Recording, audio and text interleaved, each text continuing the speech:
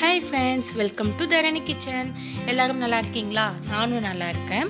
இன்னைக்கு வந்துட்டு நம்ம ஒரு vlog தான் பார்க்க போறோம். என்னன்னா ஒரு டிஃபரண்டான vlog.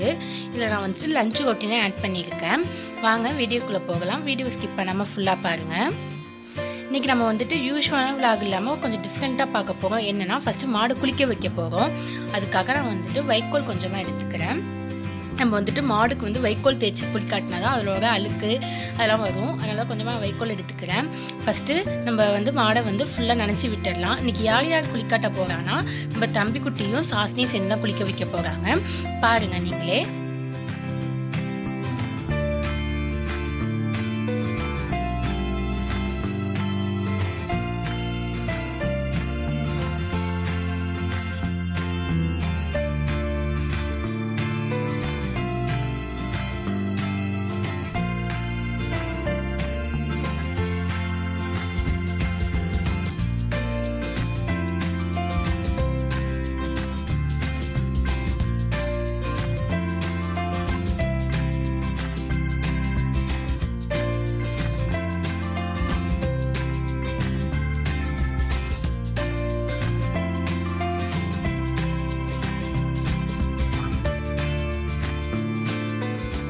சாஸ்னியும் தம்பி குட்டியும் வந்துட்டு ரொம்ப என்ஜாய்மெண்ட்டோட செஞ்சாங்க.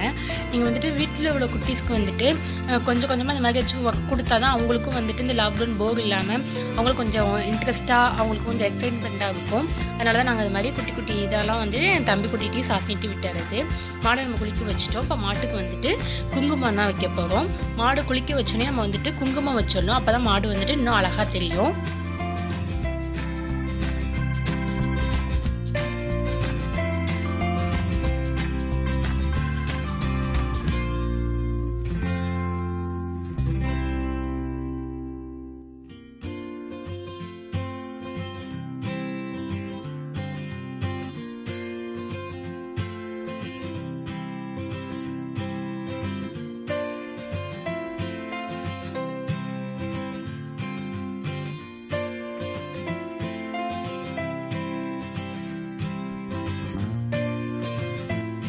நம்ம வந்துட்டு மாடை குளிக்க வச்சுட்டு குங்குமமும் வச்சுட்டோம். இப்போ நம்ம வந்து எங்கே போகிறோம்னா ஃபர்ஸ்ட் விலாகில் வந்து நம்ம தென்னஞ்செடி நட்டுருந்தோம்ல, அதுக்கு தண்ணி ஊற்ற தான் போகிறோம்.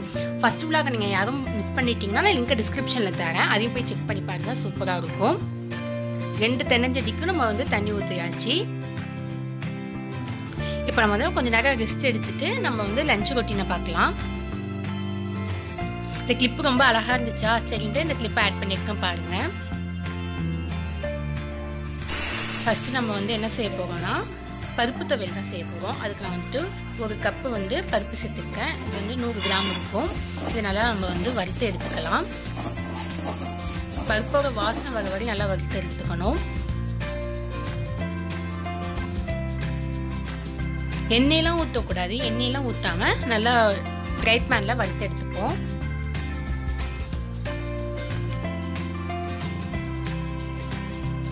பருப்பு துவையல் வந்துட்டு ரச சாதம், தயிர் சாதம், சாம்பார் சாதத்துக்குலாம் சூப்பராக இருக்கும். கண்டிப்பாக ட்ரை பண்ணி பாருங்கள். நான் வந்துட்டு 2 வரமிளகாய் சேர்த்து இதையும் நல்லா வறுத்து எடுத்துக்கிறேன்.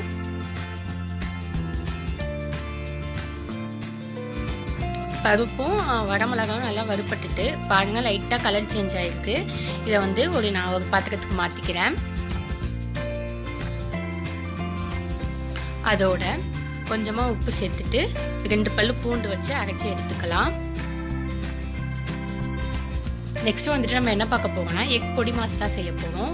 ஒரு கடாயில் எண்ணெய் விட்டு பெரிய வெங்காயமாக 2 வெங்காயம் நான் கட் பண்ணி எடுத்துருக்கேன். அதையும் சேர்த்துடலாம். சேர்த்துட்டு இது நல்லா வதக்கி விட்டுப்போம்.